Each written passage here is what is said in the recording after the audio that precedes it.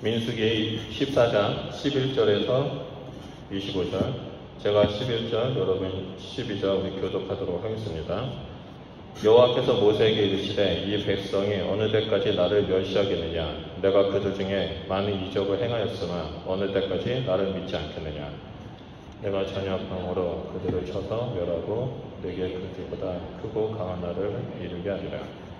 모세가 여호와께 여짜오되 애굽인 중에서 주의 능력으로 이 백성을 인도하여 내셨거늘 그리하시면 그들이 듣고 이 땅 거주민들에게 전하리이다. 즉 여호와께서 이 백성 중에 계심을 그들도 들었으니 곧 주 여호와께서 대면하여 보이시며 주의 구름이 그들 위에 섰으며 주께서 낮에는 구름 기둥 가운데서 밤에는 불 기둥 가운데서 그들 앞에서 행하는 것입니다. 이제 주께서 이 백성을 하나같이 죽이시면 주의 명성을 들은 여러 나라가 말하여 이르기를 여호와가 이 백성에게 주기로 맹세한 땅에 인도할 능력이 없었으므로 광야에서 죽였다 하리라. 이제 고업나니 이미 말씀하신 대로 주의 큰 권능을 나타내옵소서. 이르시기를 여호와는 노하기를 더디하시고 문제가 많아 죄악과 허물을 사하시나 형벌받을 자는 결단코 사하지 아니하시고 아버지의 죄악을 자식에게 갚아 삼사대기까지 이르게 하리라 하시나이다. 고함노니 주의 인자의 강대하심을 따라 이 백성의 죄악을 사하시되 애굽에서부터 지금까지 이 백성을 사하신 것 같이 사하시옵소서. 여호와께서 이르시되 내가 네 말대로 사노라. 그러나 내가 진실로 내가 살아있는 것과 여호와의 영광이 온 세계에 충만한 것을 두고 맹세하노니 내 영광과 애국과 광야에서 행한 내 이적을 보고도 이같이 10번이나 나를 시험하고 내 목소리를 충성하지 아니한 그 사람들은 내가 그들의 조상들에게 맹세한 땅을 결단코 보지 못할 것이요 또 나를 멸시하는 사람은 한 사람도 그것을 보지 못하리라.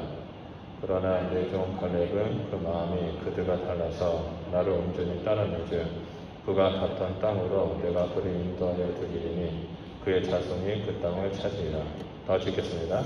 아말렉인과 가나인이 골짜기에 거주하나니 너희는 내일 돌이켜 홍해 길을 따라 광야로 돌아갈지니라.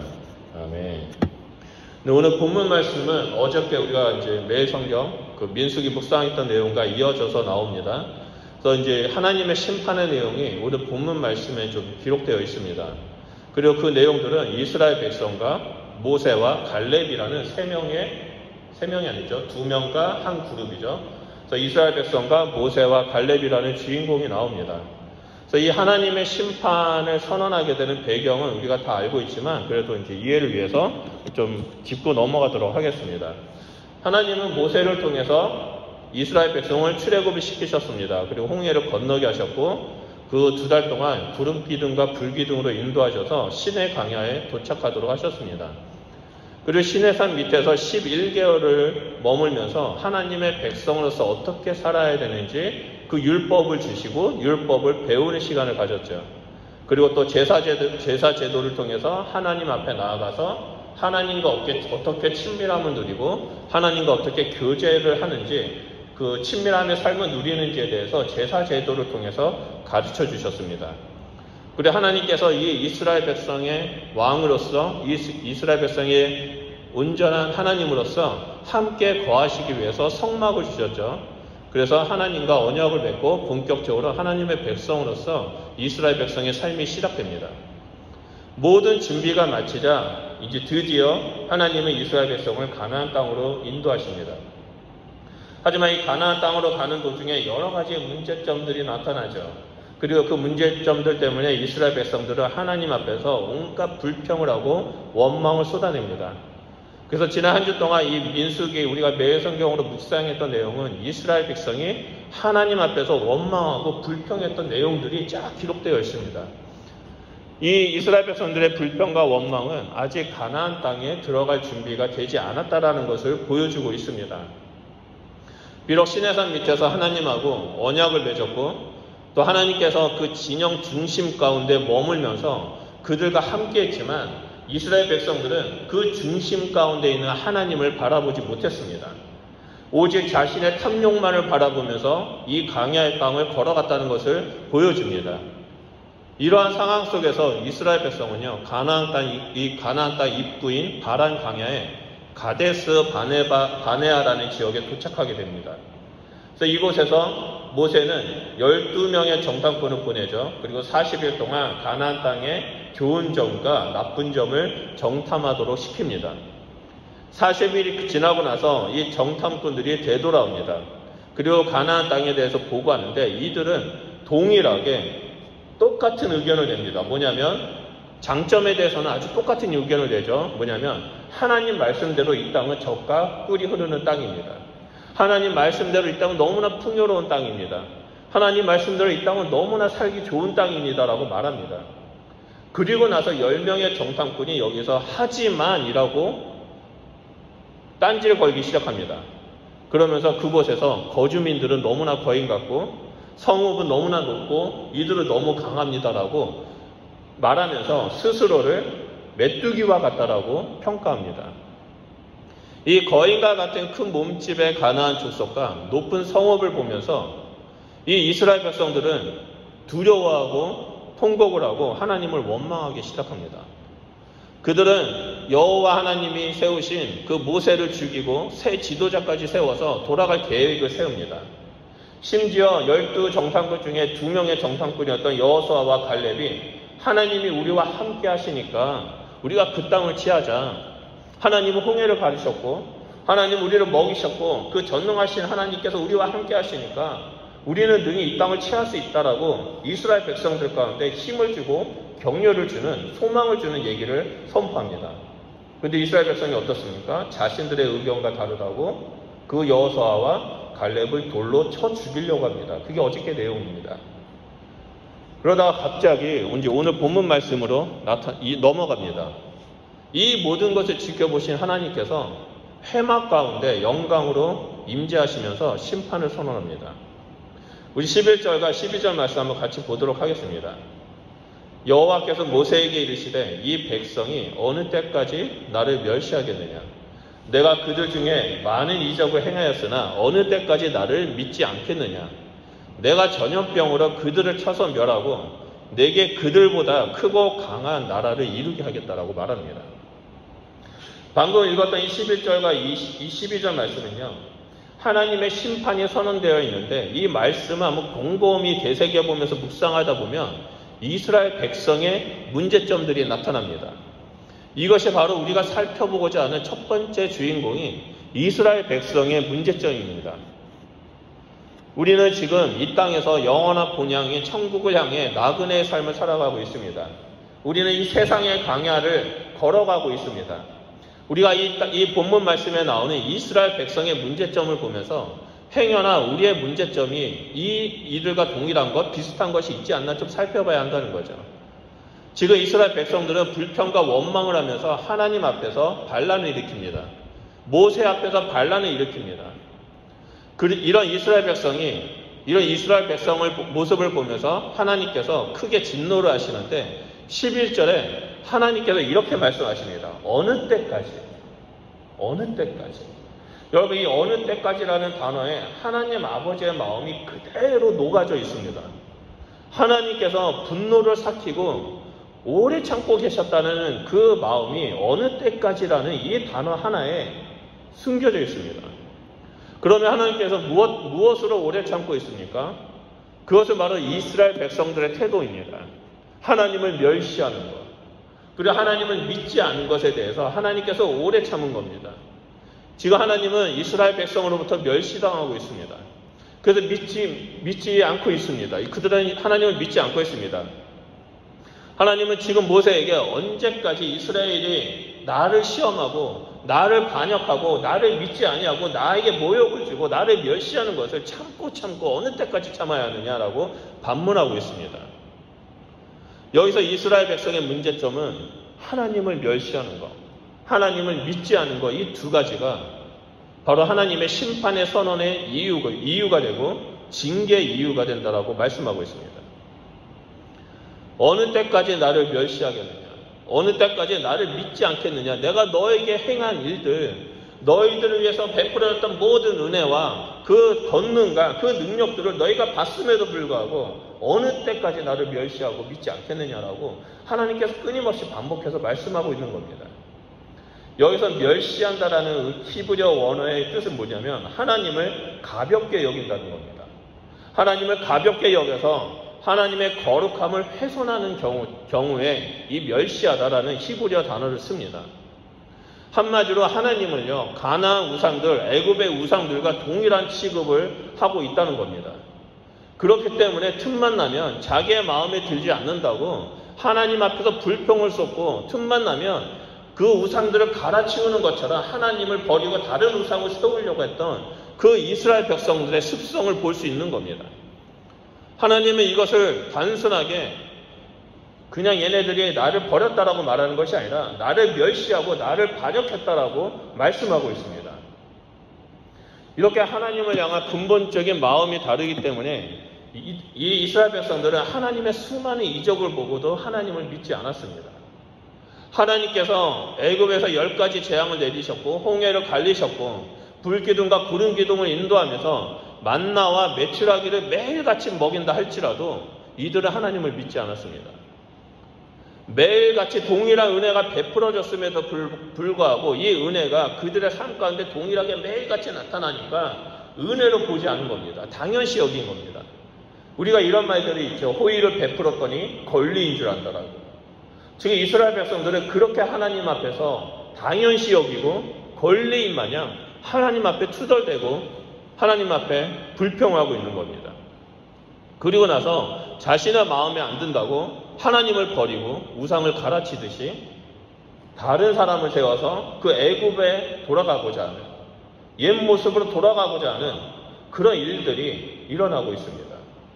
여러분, 우리가 이 땅에 살아가면서 하나님의 은혜를 은혜로 여기지 않는 것에 대해서 조심해야만 합니다. 하나님께서 매일같이 우리에게 새로운 날을 허락해 주시고 계십니다. 어제의 아침과 오늘의 아침은 너무나 다르죠. 오늘의 아침은 어제의 아침보다 더 새롭게 하나님께서 우리에게 주어주셨습니다.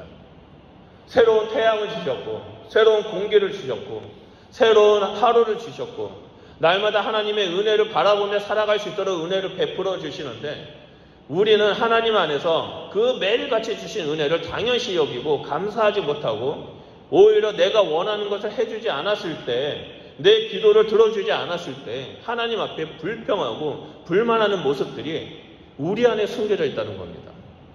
여러분, 우리는 이러한 이스라엘 백성들의 모습을 우리 안에서 제거해야만 합니다. 날마다 하나님께서 나에게 베풀어 주신 은혜를 찾고 또 찾아야 합니다. 마치 어렸을 때 우리가 소풍에 가서 숨은 보물찾기 했던 것처럼 오늘 하루도 하나님께서 나에게 어떤 은혜를 베풀어 주고 계시는지, 나에게 어떤 은혜로 나와 함께 하시는지 찾고 찾을 때 우리는 그 하나님의 은혜를 보게 되고 하나님 앞에서 감사의 삶을 살게 된다는 것을 우리는 알 수 있습니다. 하지만 이스라엘 백성들은 그렇게 하지 않았습니다.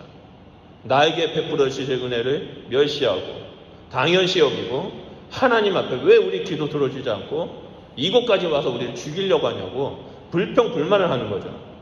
그 결과 하나님 뭐라고 하십니까? 12절에 전염병으로 이들을 쳐서 모세를 통해서 다시 큰 민족을 이루겠다, 구원의 역사를 다시 세우겠다라고 말합니다. 이렇게 이스라엘 민족이 하나님의 진노의 길에서 피할 수가 없게 되었습니다. 아주 그냥 몰살당할 그 위기에 처하게 됩니다. 그럴 때 두 번째 주인공인 모세가 나와서 중보기도 합니다.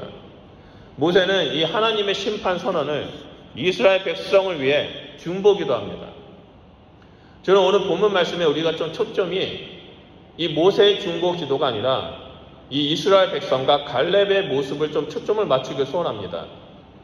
그래서 오늘 이 두 번째 주인공인 모세의 중보 기도는 우리가 하도 많이 들었기 때문에 간략하게 살펴보고 넘어가고 방금 봤던 이스라엘 민족과 이 갈렙의 모습을 좀 비교해 보면서 하나님 앞에 나아가도록 하겠습니다.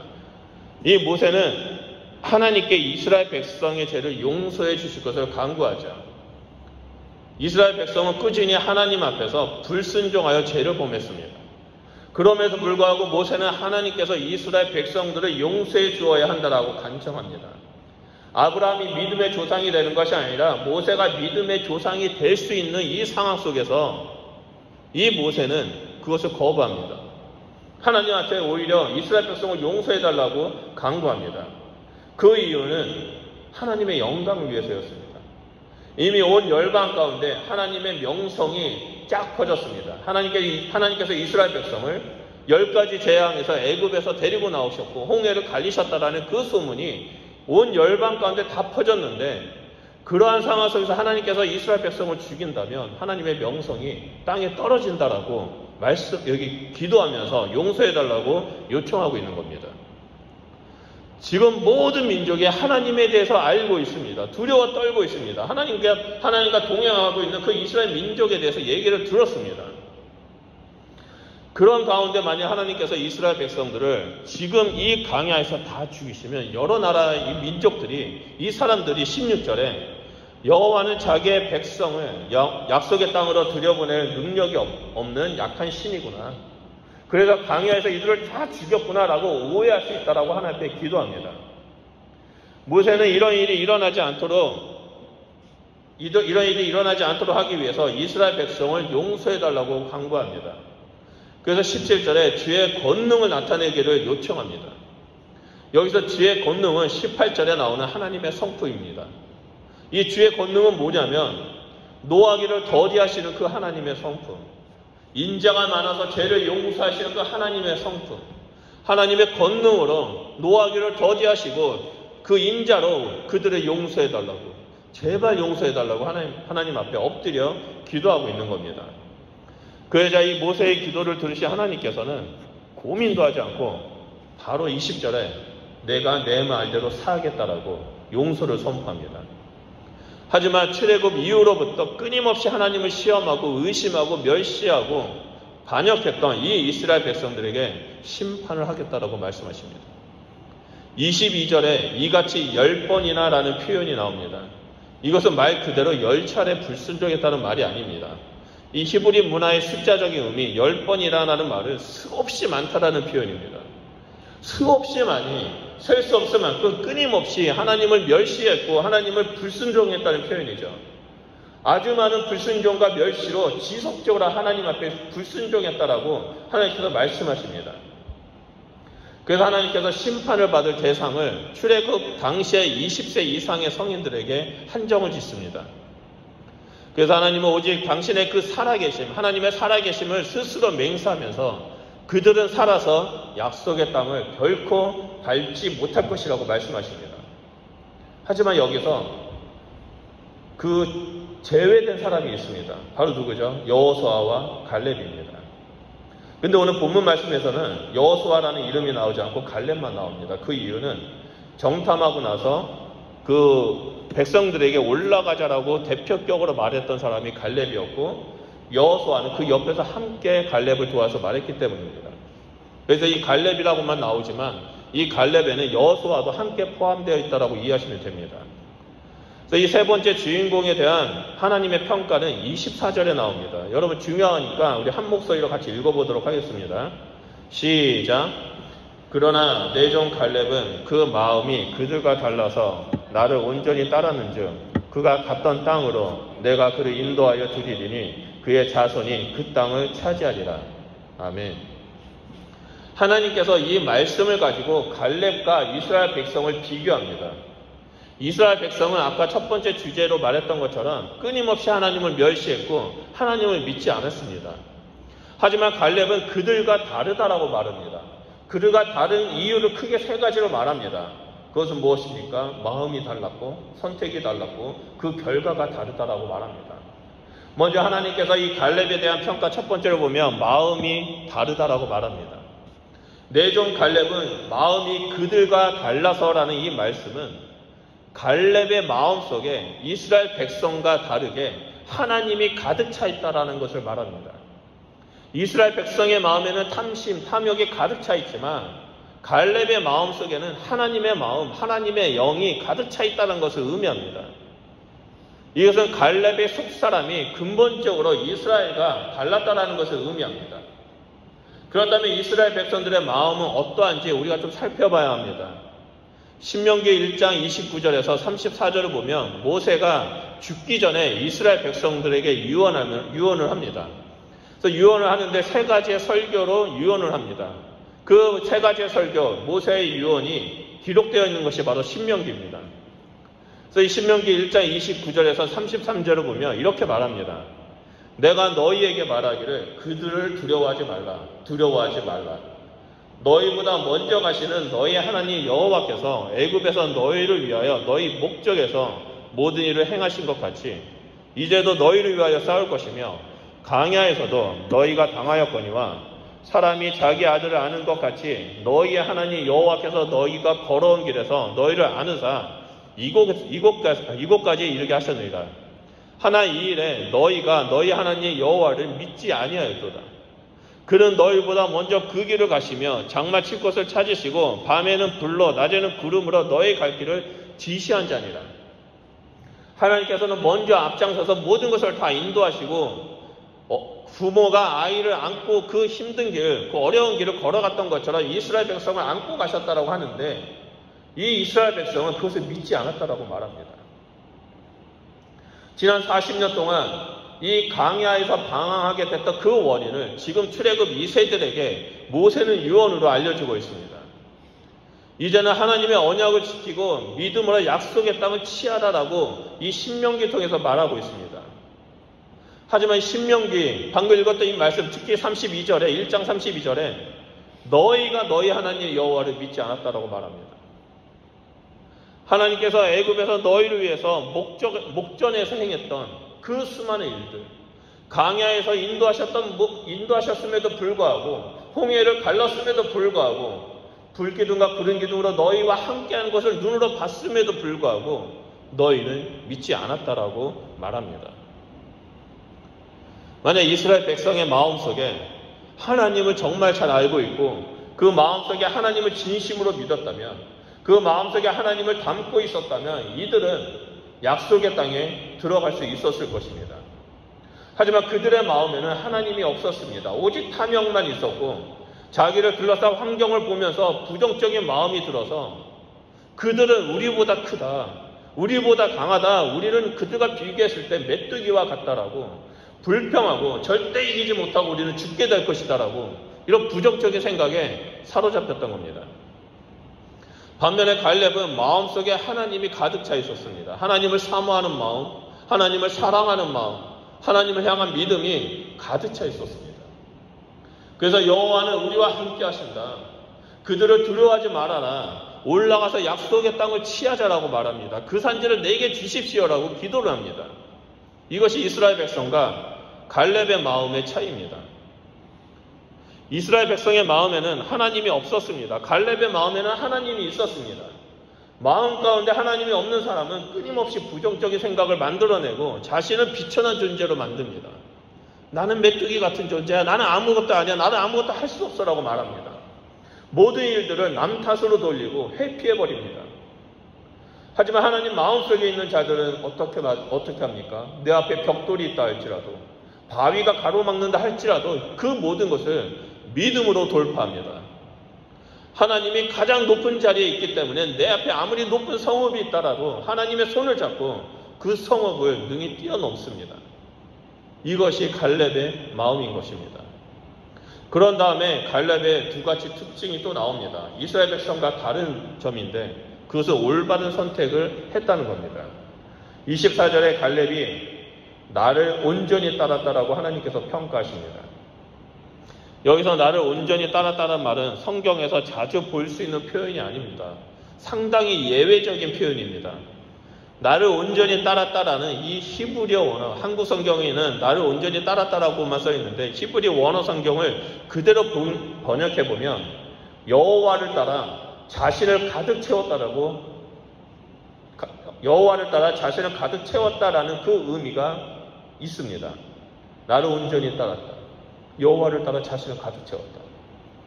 이 말씀은 마음속에 하나님을 가득 채웠더니 매 순간마다 하나님을 온전한 선택을 할 수 있었다는 겁니다. 매 순간마다 다른 것을 선택한 것이 아니라 하나님이 내 마음까지 가득 채우고 하나님 따라 걸어갔더니 온전한 선택을 할 수 있었다는 것을 보여줍니다. 실제로 이 가나안 정탐을 마치고 보고할 때 갈렙의 보고를 보면요, 어떠한 상황 속에서도 흔들리지 않는 모습이 보입니다. 다른 10명의 정탐꾼들은 보고를 객관적으로 하기보다는 주관적으로 했습니다.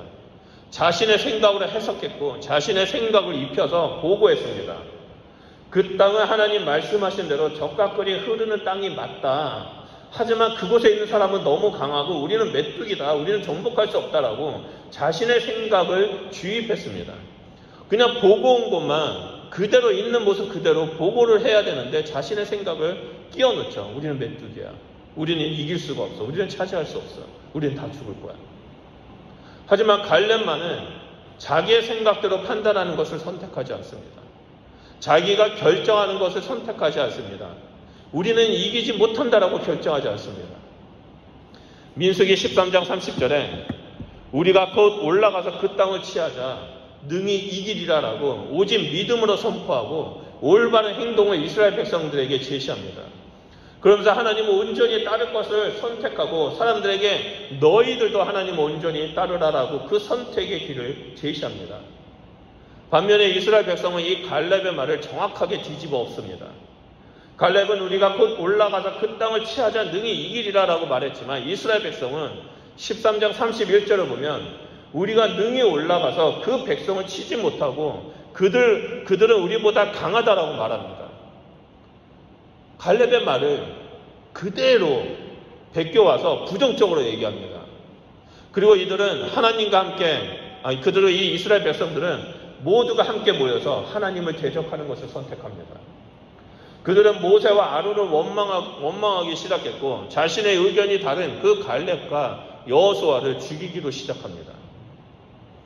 갈렙과 여호수아는 하나님을 거역하지 말아라. 그들은 우리의 밥이다라고 끊임없이 선포하고 하나님을 선택하라고 외쳤지만 이들은 하나님을 거역하는 것을 선택합니다. 그러자 이 올바른 선택한 갈렙에 대한 결과가 이스라엘 백성과 다르다라고 또 성경은 기록합니다. 24절 후반부를 보면 하나님의 인도에 따라 갈렙은 갔던 땅으로 다시 들어가 자손들과 함께 그 땅을 차지할 것이다라고 말씀하십니다. 만약에 하나님을 거역했던 이 이스라엘 백성은 23절에 하나님을 멸시한 사람은 단 한 사람도 약속의 땅을 보지 못할 것이라고 말씀하십니다. 그리고 29절과 32절에 33절에 너희 시체가 광야에서 엎드리고 소멸되기까지 40년을 광야에서 방황하게 되는 심판을 받게 될 것이라고 말합니다. 결국 우리가 다 아는 것처럼 이 여호수아와 갈렙만 제외하고 20세 이상의 사람들은 모두가 이 광야에서 죽게 됩니다. 그래서 약속의 땅에 들어가지 못합니다. 이에 대해 민수기 32장 11절과 12절을 보면 애굽에서 나온 자들이 20세 이상으로는 한 사람도 내가 아브라함과 이삭과 야곱에게 맹세한 땅을 결코 보지 못하리니 이는 그들이 나를 온전히 따르지 아니하였습니다. 그러나 그나스 사람 여분네의 아들 갈렙과 눈의 아들 여호수아는 여호와를 온전히 따르느니라 하시고 라고 기록되어 있습니다. 이 결과는 하나님을 온전히 따르느냐 아니냐에 따라 결정이 됩니다. 갈렙과 여호수아는 하나님을 온전히 따를 것을 선택했고 그러한 삶을 살았기 때문에 약속의 땅으로 들어갈 수 있게 되었습니다. 하지만 이스라엘 백성은 눈으로 하나님의 역사하심을 봤음에도 불구하고 하나님을 선택하지 않기로 결정하다 보니까 광야에서 죽어 소멸되었습니다. 오늘 본문 말씀에서는 우리는 이 갈렙이 선택한 하나님을 온전히 따르는 삶이 무엇인지를 알 수 있습니다.